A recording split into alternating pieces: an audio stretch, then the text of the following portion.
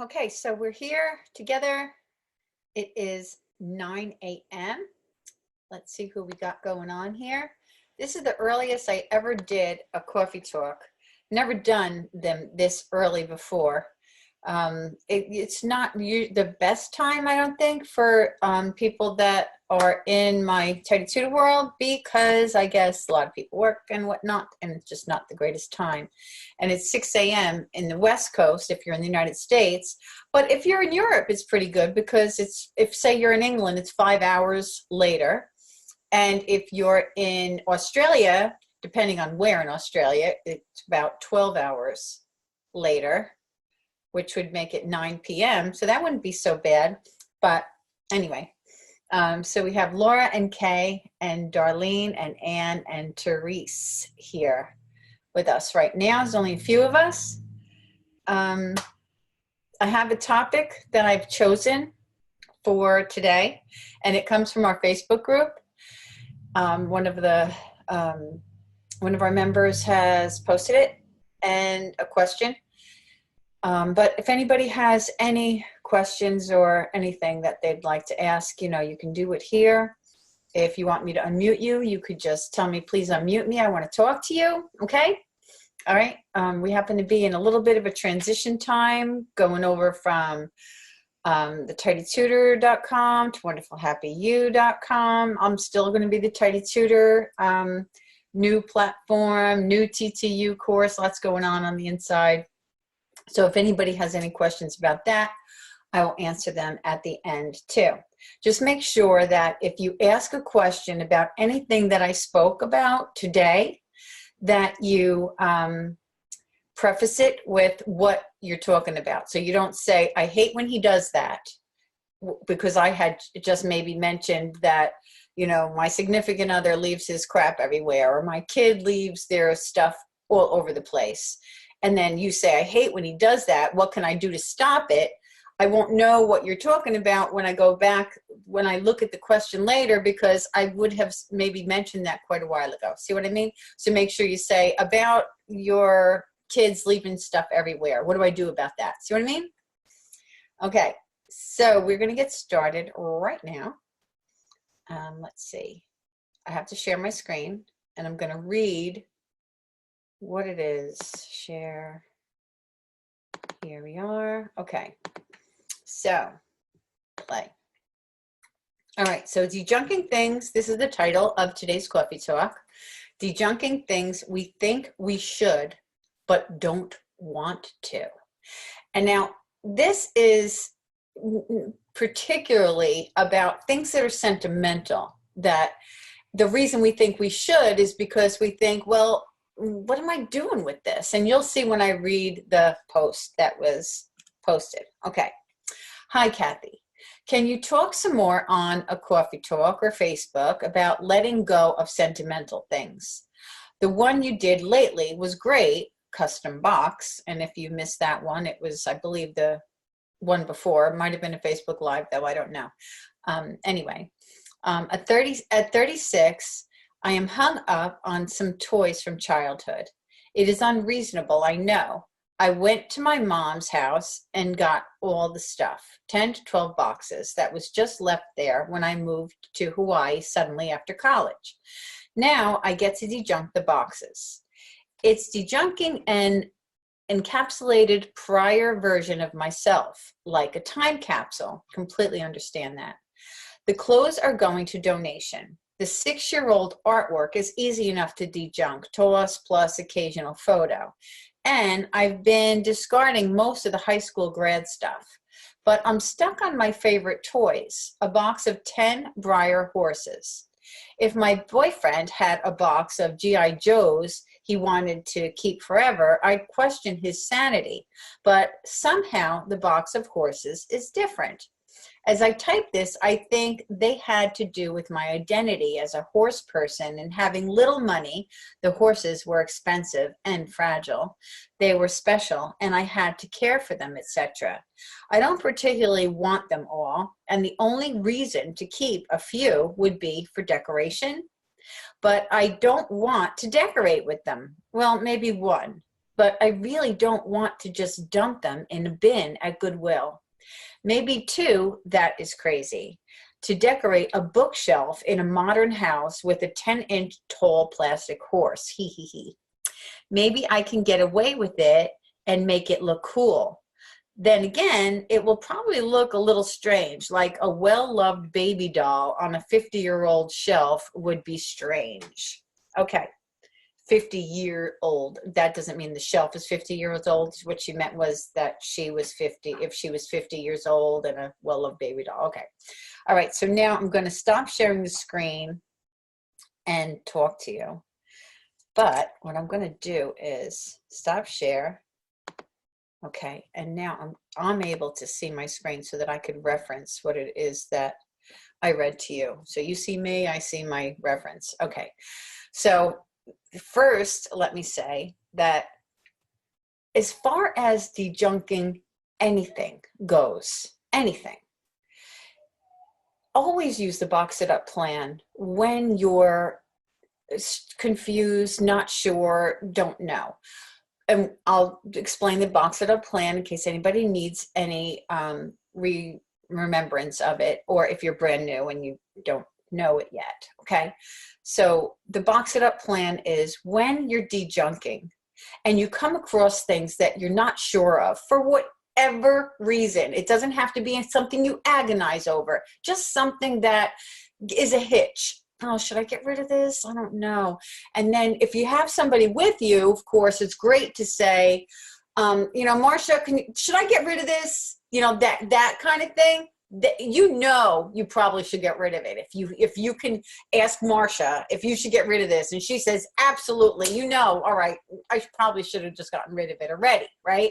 But then there are some things that we really do want a second opinion on, right? Then there's other things that are like, I think I love this thing, or I don't know if I want to get rid of this. Or maybe it's even just a item of clothing that you're like, damn, I spent $100 on these jeans.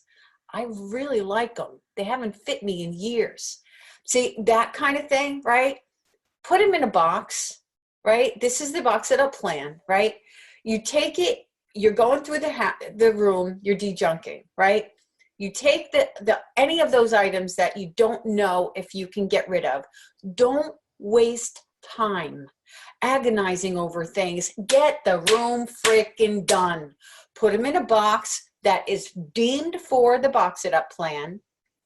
Name the box that particular room. It doesn't matter if that thing that you put in the box belonged in the kitchen, or should have been in storage, or should have been filed in a file box. But you know, that's a whole different topic because we do papers a little bit differently. You don't put papers in the box it up plan, although papers have their own box it up plan, but we're not on papers. Okay, so you have whatever item it is, you're not sure, you have a box for, I'm not sure what to do with this. But remember, be super selective. We're getting rid of stuff. We cannot be the same people we were when we first signed up, where everything was a big deal to get rid of. We have to realize at some point that keeping too much stuff is the biggest problem that we have. Our number one obstacle is too much stuff. So there has to be a turning point in your life when you say, well, not in your life, there has to be a turning point when you sign up, when you say, I've had it, I don't want to live like this anymore, I want to have people over, I want to feel good about my space, and I don't want all this crap that I don't love, need, and want, right? When you come to that place, you've got to get to the point in life where, really, do I need this napkin, right? Like, oh, honestly, I need these rusty nails. You know, oh, I have this big box of wires that I haven't used in 10 years. You know, like, there has to come a point in time when you just got to get rid of stuff. I'm not talking about that kind of stuff, okay? I'm talking about things that really give you pause, okay? You're not sure. I don't know what to do with this. All right, put it in the box, right? mark that box living room if you're in the living room, kitchen if you're in the kitchen, den if you're in the den, basement if you're in the basement. Wherever room you're in is what you mark that box as. And the reason for that is when you go again to do that specific room, when you're on that zone, or you're in that room again, dejunking, because maybe it's your goal to dejunk that particular room maybe once a month or once a week or something like that, right? Because, you know, we have our zones that we do regularly and a room in the house that we've deemed we're getting to this, or something that's really super important that we need to work on, right? So whenever it is that you have set aside the time to dejunk in that room, you know that there were boxes or a box that you put somewhere for that room in the Box It Up plan. So you have in your binder a section for your Box It Up stuff, your stuff that you've, you know, said, I don't know what to do with this. And you put it somewhere in the house, maybe under the stairs, maybe in the attic, maybe in a closet, maybe under the bed, right? Something like that. You know where it is. So now you're in that room again, right? You're in your second week zone, and the second week happens to be the living room, dining room.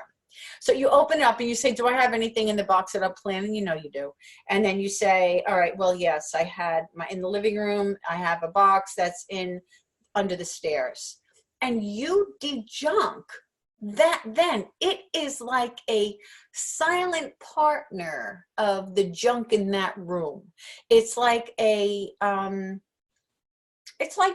kind of like a detached version of that space that you're going to get to when you dejunk that room again, okay? So if there is anything so that's the first thing I'm going to say about that, okay? If there is anything that you come across and you're not sure about, do the Box It Up plan, okay? And get yourself moving. What will happen is eventually, as you move on, you'll get less and less attached to the things that you thought you were attached to before, because you're creating new pathways in your brain. You're creating new habits. It's a whole new attitude. It's a new perspective. Things that bothered you before aren't bothering you so much now. People have said that if they get a dumpster at the side of their house and they're just getting rid of stuff, in the beginning it's a little hard, and then after a little while it feels like, what else can we throw in there? It gets addicting to get rid of stuff. Really, really, really good feelings come when you have a clear space, and that clear space feeling is like a drug. It's like a good drug, you know. It's like something that makes you feel like, I want more of this. I want more of this. And you know, the only way you can get more of this is to get rid of more stuff, right? So you can do that with the things that when you're going through the house, do the Box It Up plan. And then when you're in that spot again, and when you're in that zone again, you go to that particular box. Also, I say to mark 4 weeks in your calendar from that day to check that box, so that 4 weeks comes by, you look at your calendar every night before bed. The only way to run your life is to run it like you're the CEO of it. It doesn't happen on accident. We've got to get our together every single day, right? So you look at your calendar and you see, oh, tomorrow I'm supposed to look at that box that I put under the stairs. Or you could just say Box It Up plan there. You open up your binder to Box It Up plan. You have a date next to it. Living room box under the stairs. Living room box in the closet, and the date. Okay, you know that you got to go there tomorrow. That's part of your day. Part of your day is going to that box, right? You open up that box, you go through it again.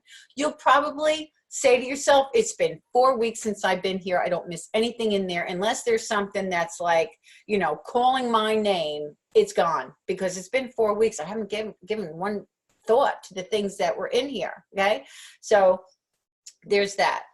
Now, another thing about getting rid of things that, you know, we feel like, I don't know if I should do this. Honestly, if you have the room for it in your place, you know, the world isn't going to come to an end if you have a couple of boxes set aside in an attic, in a basement, in an area that a storage area that you don't pay for monthly, FYI, you know, like a storage area in your home or something like that. And you say to yourself, I don't want to think about these things. These are things that I think I want to keep forever. Big freaking deal. Put them there. Put them there thoughtfully, though, because everything has energy attached to it. And, you know, like Marie Kondo, while I am not a big fan of her method for dejunking, I do like a lot of things that she says. And one of them is, does it bring you joy? I mean, this is something we've been saying forever anyway, you know, way before Marie Kondo. Does this make you happy? Do I love this, right? If there's some things that you're putting aside for guilt, for shame, for, oh, she'd be so mad at me if I got rid of that. Oh, well then, you know, you have to do what you have to do for yourself that's right now. But make sure you revisit it, because with each passing of the time, we grow, we get a little different, we grow some gahoonies, right? And maybe that relative of ours that we knew was going to get mad at us, we suddenly decide, you know what? I am a grown-up and I don't have to care about Aunt Mildred's bowl that she gave me. I can just tell her, you know, I'm so sorry. If she says to me, where's that bowl I gave you 3,000 years ago for your birthday? And then you say, well, gee, Aunt Mildred, it's gone. Things break, whatever, right? If you decide that you, at that point in time, really don't give a crap about Aunt Mildred's bowl, and you really realize that you don't need to be the storage ground for everybody's gifts that they've given you, like whatever it is, right? Revisit it and really pay close attention to any of those things that you have stored aside that have yucky feelings to them. But for whatever reason, right now is not a good time to get rid of them because you're not there yet. That's okay. You know, it's okay. If you're here, you got plenty of stuff to occupy your time and to get rid of. Those things can wait. Don't make them take up any more space in your life and in your head. But at a period, in some time, right, it's going to start taking up some space in your life. And even if they're not seen, even if it's not present with you. So address them at that time. If there's things that you really love and you have the space for them, but you have nowhere to put them, there's nothing that's going to happen to you if you put them in a box and you put them in the attic or you put them in a storage place in your home or your space, and you say, you know, you write on them and you put in your binder, you know, where that is. You know, you have a storage section in your binder. Wait a second, I want to get a drink of my coffee. And you say, you know, you have a storage section in your binder, and in that storage section, you have that in there. This is in storage. It's all my little golden books when I was a little girl. Who gives a crap? You want to keep them there? Keep them there. The problem comes in when there is no space, when you're living your life like your things are more important than you because you have a small space and they don't fit, and you can't live your life because you're giving way more love to the things that you own than yourself. And that's, you know, definitely what anyone does when they put themselves on the back burner and their things in the front. Okay. So if you don't have space to store things that you love and don't want to get rid of, then you have a couple of choices.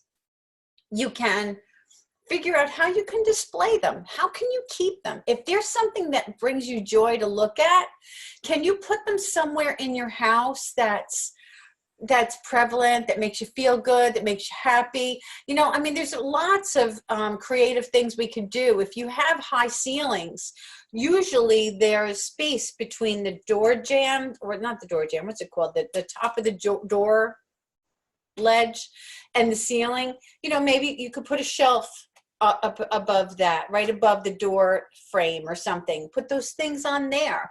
granted, it's more things that you have to take care of. But if you truly love those things, then it'll be a labor of love to take care of that space. And then you can see in time that if it's a real drag, you're like, oh my God. Or if it looks like crap all the time, because say you have like precious moments or some kind of collectible that you really don't want to get rid of. So you've done something like that. And then you realize they're covered with cobwebs and dust and they're disgusting.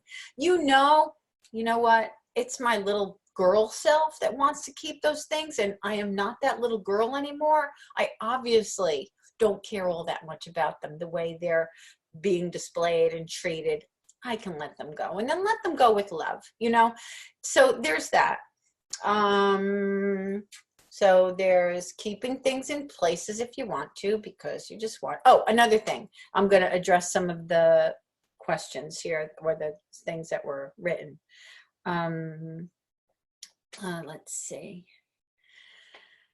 I've been discarding most of the high school stuff. Okay, so she says, if my boyfriend had a box of G.I. Joes he wanted to keep forever, I'd question his sanity. But you see, it's all relative, because your horses may be his G.I. Joes, right? So, there's that. But the other thing too is, when you don't live alone, there's another person to consider. And so it's like, well, maybe you like all of your, monsters from when you grew up, monster models from when you grew up, but like, I don't want them in my living room, like you're not alone anymore. So if there's no space, because we have to be considerate, right? You're not alone anymore. It's part of a trade-off of not being alone, being with somebody. You have to consider them, figure out, how is this going to work? And sometimes it just ain't, Now, in the case with, the horses and stuff, in this particular case, it really could work beautifully. You could have it displayed, have them displayed, or just your favorite ones displayed, and it could look really nice. But this is the thing about what you mentioned when you said, maybe it's too crazy to decorate a bookshelf in a modern house with a 10-inch tall plastic horse. But there are no rules. I've learned so much in my freaking 57 years, almost 58. Oh my God, where did that happen? Okay, well, anyway, the alternative is I would be dead, so I guess I should be happy. So I used to care so much about so many things, and it was all based on what everybody else had and how the world ran, because I didn't know any better. I really thought this is the way things should be. And if they aren't that way, I need to make sure that they get that way. And so my happiness kind of like hinged on what was on the outside. So if you treated me that way, then I would be unhappy. If you didn't do that for me, then I would be unhappy. If I didn't own this thing, then I would be unhappy. If my house didn't look that way, then I would be unhappy. That's crazy. When you learn where all of that crap comes from, it gets super easy to like let go of that feeling of giving a crap about what society has deemed, acceptable, because it was all marketing. Not that I think marketing's wrong. I mean, we all need shoes, right? Like, I don't think salesmen are wrong. I don't think that anybody that is saying, look, this is a great product and you need it. Like, I have a Mac. I love Apple products. I don't have any problem with Apple sending me any information about what they've got. I love what they've got. But the marketing that I'm talking about was done to manipulate society.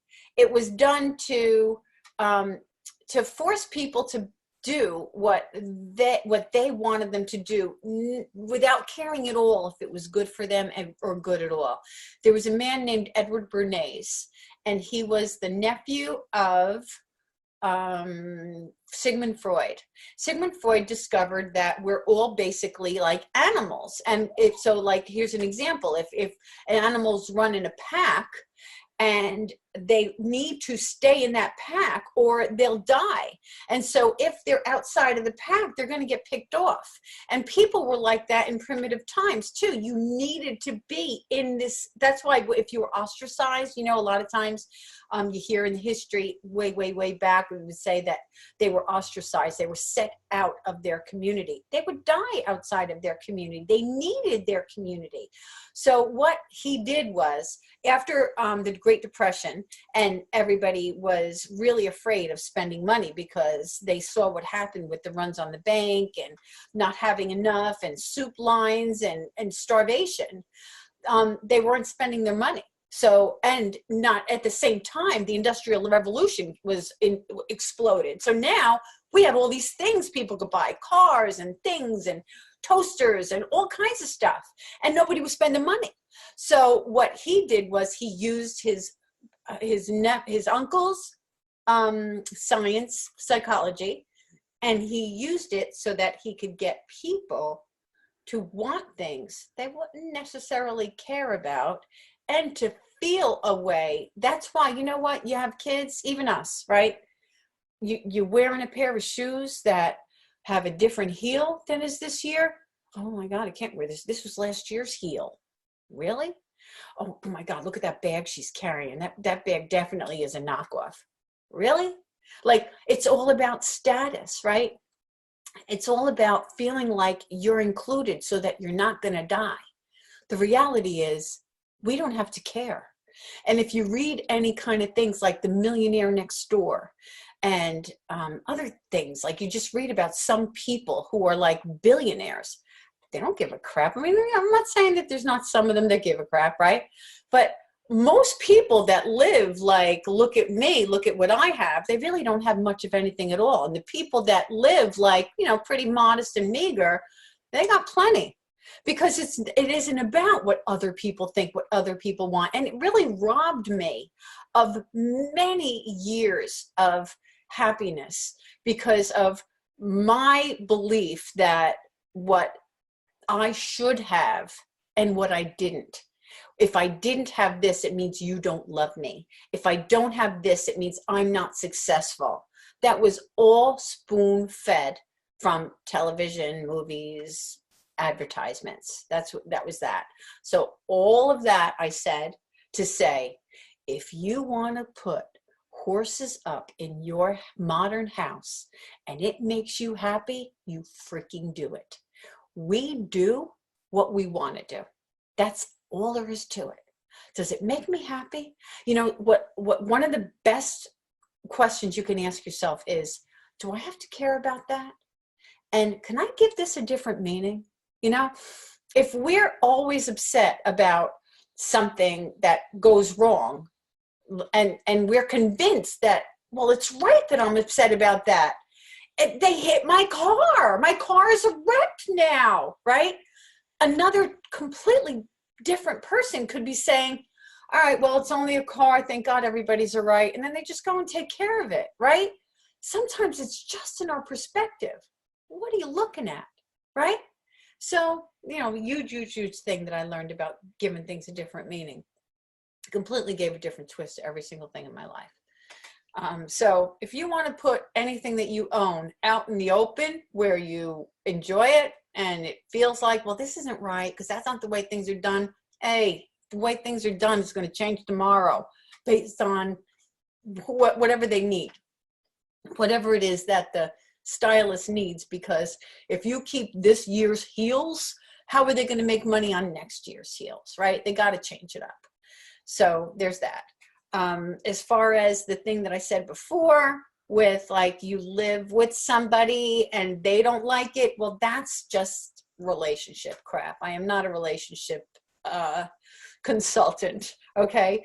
I just like to go by the you know, do unto others thing and just try to put myself in their shoes and say, well, if this was if I was in his place and I really hated those things or I didn't want them around, you know, how would I feel about that? And what could I do about that? You know, and then when all else fails, I just pray about it. I meditate on it. I let it go. And then usually it just comes around. The more resistance I give to something, the harder something pushes back. The more you let go, the easier things, you know, come. So that's the one little glitch in this thing where it comes to displaying things that you love that maybe somebody else doesn't, right? Like I'm with my ex-husband actually right now, and if like he really likes car models and like Corvette things and that kind of stuff, like over my dead body are they going to be like hanging around the house like, you know, he would if he was alone? No, you know, no. So there are some, there's just some things that you talk about, but you know, that's how you find out how compatible you are and whatnot. You know, I mean, if there's things that when it comes to relationships, you know, I'm not a fan of skeletons. There's people that love them, you know, like the skull heads and stuff. There's people that love them. Would I, like, if I was going into a relationship and this person had them all over, it really would be a deal breaker for me. Like, you know, I really like you and stuff. There's no way in hell I'm living with that. I'm just not, you know, so there's that kind of thing. If you're in an established relationship, it's a little bit different because, you know, it's an established relationship.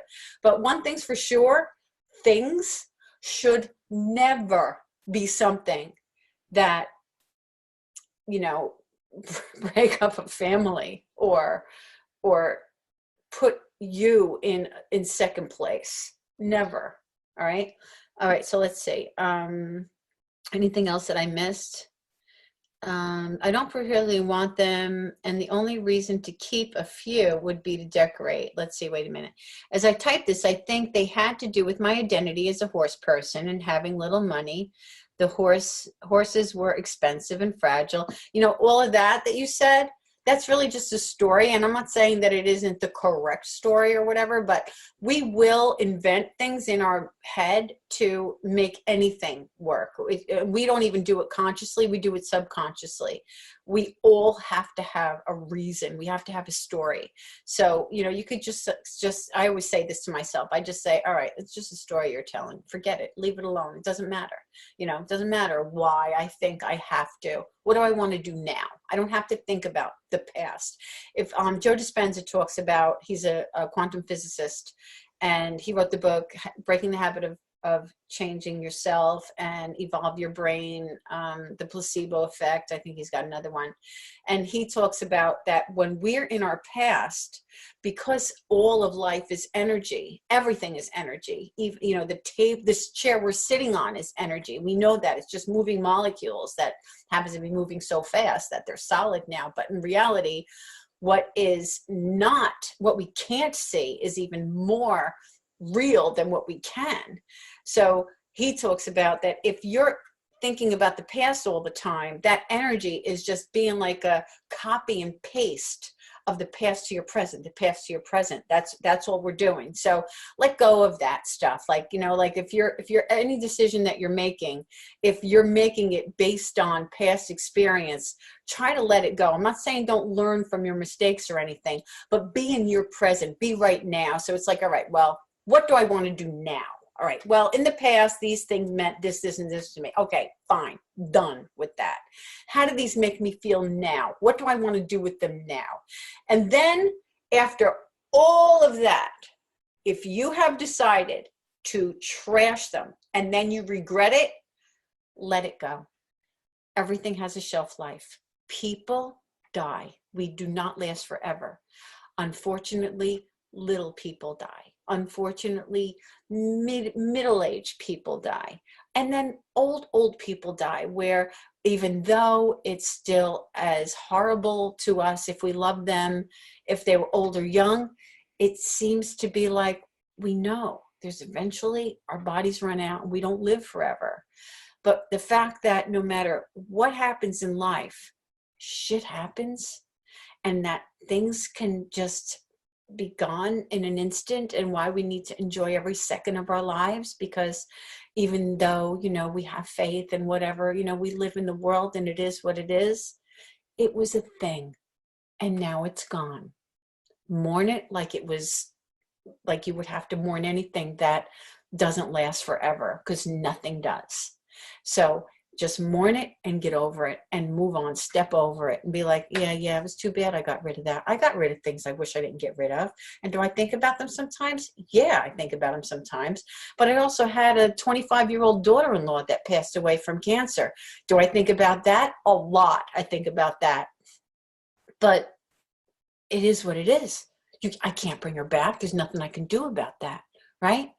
And so if I can be, like a human being and loved something and had it die, right? And have to deal with that moment and that reality, I should say, I can certainly deal with that blanket that I got rid of. It's just life. It's just life.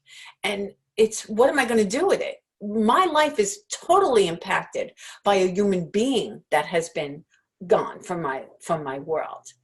It doesn't have to be totally impacted by a blanket that I got rid of, unless, of course, I occupy my mind with it 24/7 and I make it be this big freaking deal. It was a blanket, holy crap.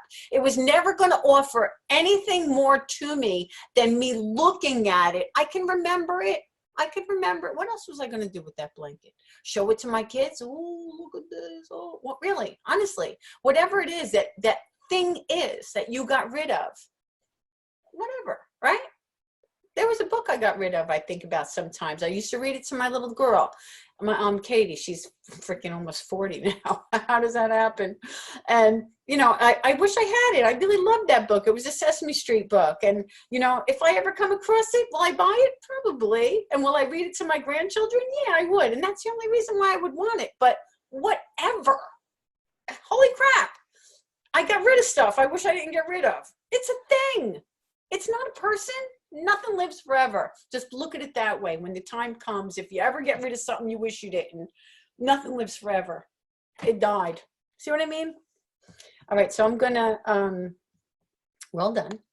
I'm going to see, does anybody have any questions? Got a nice little small group, so you can all ask a question and I can answer it. Anyone? I'm looking in the chat box. Nothing? I think I covered all ground there. I think I covered everything. I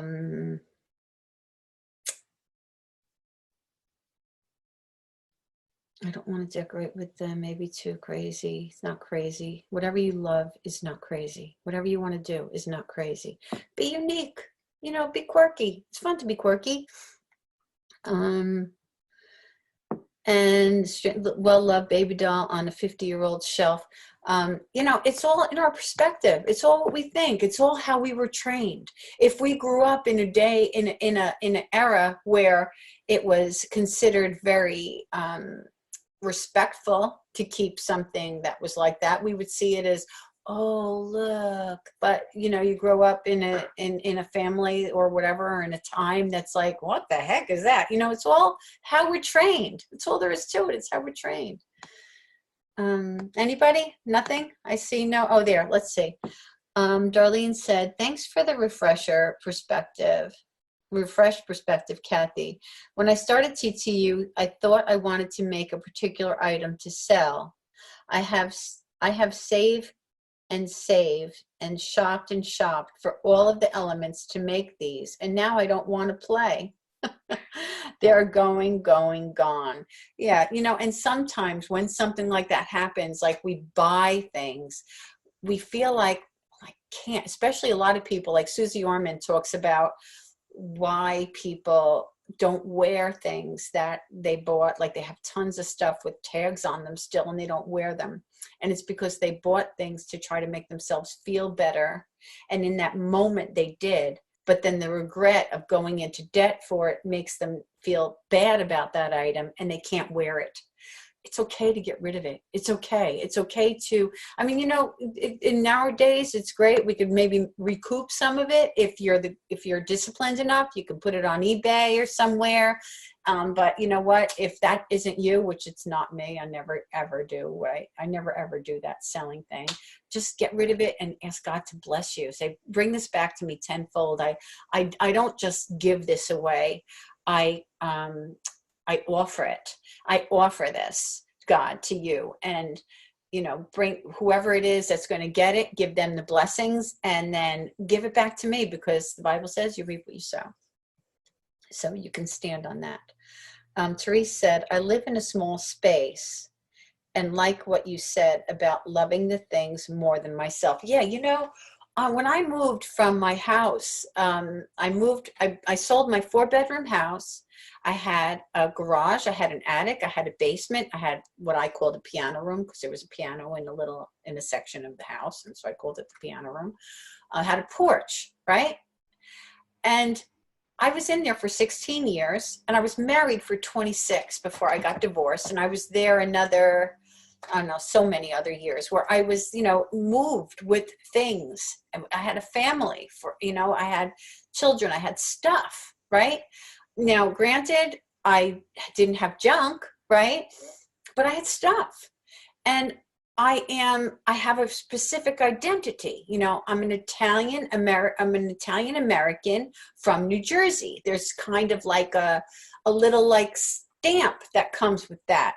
You have a house, you have a big family, you have them come, you have platters, you have wine glasses, you have Sunday macaroni and meatballs. You know, there's this thing that comes around with that. When it was time for me to sell that house, I really had to say, I'm not going to keep the things I don't need, love, and use. I am not my things. I got rid of the china closet. The china closet was my mother's. Now, granted, my daughter did take it, but if she didn't, what was I going to do with it? What was I going to do with the dining room set? If none of my family wanted it, it would have had to have gone to a family that would have loved it. All of my china, you know what I did with that? I threw out, because most of my dishes that were regular dishes weren't a whole set anymore. So I got rid of all of those, and I used my china. I packed my china to be my regular everyday dishes. The same thing with my stemware. The stemware that I used to keep in, because, you know, I was born 1961. I was brought up in the time when, you know, Fortunoffs, if anybody remembers Fortunoffs, it was like a store where the whole thing was dedicated to tchotchke crap, to entertaining, to having, to having, you know, company over and dinner parties and cocktails before dinner. You know, that was what I grew up with. So I had all that stuff in my china closet. Well, I took my stemware, I took all my wine glasses, I took them, used them regular. I think I have 3 left. And the others, I never ever use them. I never use the champagne glasses. I never use the dessert little bowls. I never use the shot glasses. I never use them. I donated them, you know? So was it easy?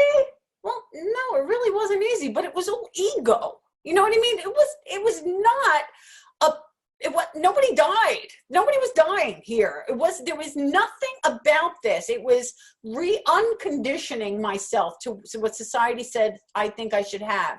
And then, you know, I did this live, no, it wasn't live. I was with someone. I was with Bonnie from Virginia. I went to visit her. And that was another time I was kind of homeless for a month. And like, what kind of meaning are you going to give that? Oh, look, what will people think? Really? I can go wherever I want and do whatever I want. I have a car. And that was another thing. That was another part of purging. When I moved from the big house, that I got rid of everything and only had 1 closet for storage, 1 closet. And so I had like a box of Christmas stuff. I had my summer clothes. Like there was very, very, that's all I had, right? From going from all of that to that.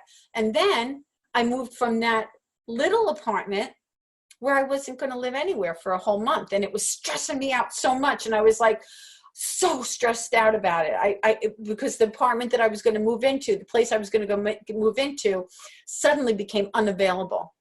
But it would be available in a month. So that meant for 1 whole month, what was I going to do with my stuff? And then I realized, holy mackerel, my stuff still has too much power over me.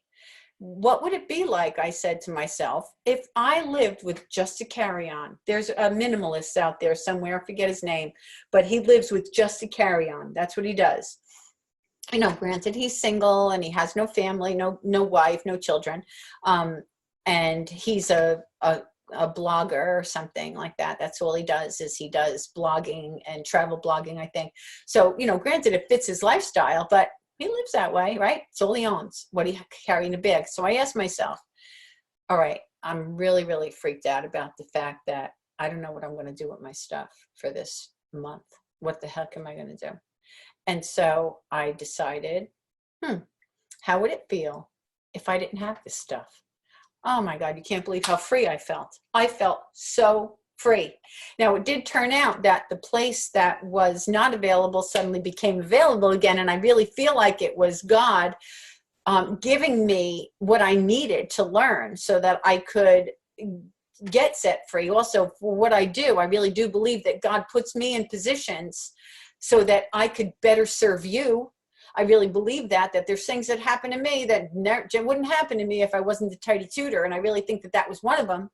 But I'll tell you what, for one thing, I would have been all crazy stressed out about something for nothing, because it turned out I didn't have to get rid of everything. But this is what happened when I decided that, all right, I don't care about all this stuff then. Because in my mind, you know, the story I was telling myself, right? The story I was telling myself was, oh, you can't believe you got rid of everything. You only kept your very, very favorite things. Now you have to get rid of those. That was the story I was telling myself. Really? Really? Like, what were your very, very favorite things? Your couch was your very, very favorite thing? Really? And your bedroom set? Yeah, granted, I really, really love that bedroom set. Is there something I could do with that bedroom set that wouldn't put me, you know, over, and then maybe, you know, get it back when I needed it? Is that possible? What are the things that I love that I can't? I had a little Jean-Luc doll, right? Little Jean-Luc Picard. I had a little cow, Creamer. I really loved that. I had a little cow stuffed animal. I really loved that too. I had there were these little things. I could fit them in my pocketbook. You know what I mean? The stuff my life, I swear, when I moved from the last place I moved from, I could do it in the back of a pickup. The stuff we think we need is actually holding us down. So there's that. Okay. And you're welcome. That was from Roseanne. Okay, so we're all done. Let me see. No, wait. Therese said, I live in a small space and like what you said about loving the things more than yourself. Yes. And Roseanne said, thanks, Kathy. You have changed my life. I took last week off from work and cleaned out my storage room. So happy. I prepared for the last week a month before and was ready to dig in. It's thanks to you that I was able to do it. Again, thanks. Oh, you're welcome. It does my heart so good. It's what I live for. It's crazy. All right, so that's it. All done? And listen, by no means am I saying that you're going to slough off years of habit and years of conditioning. You're not. Take a little step at a time. Each step will make it easier and easier and easier until you have created the identity that you were born to be, not the identity that was caked on you from years of bullcrap that we've endured, trying to please this one, please that one, stay alive, not get hurt, figure out how to live in this particular way, right? When you grow up, you know, there's so much we can do. We don't have to care anymore, you know? It's pretty cool. One day I'll do a coffee talk, I think, on my experience with doing things differently for myself, which works out wonderfully for Wonderful Happy You, and how I allowed myself to enjoy life where I really felt like I never could before. And it's really the same thing.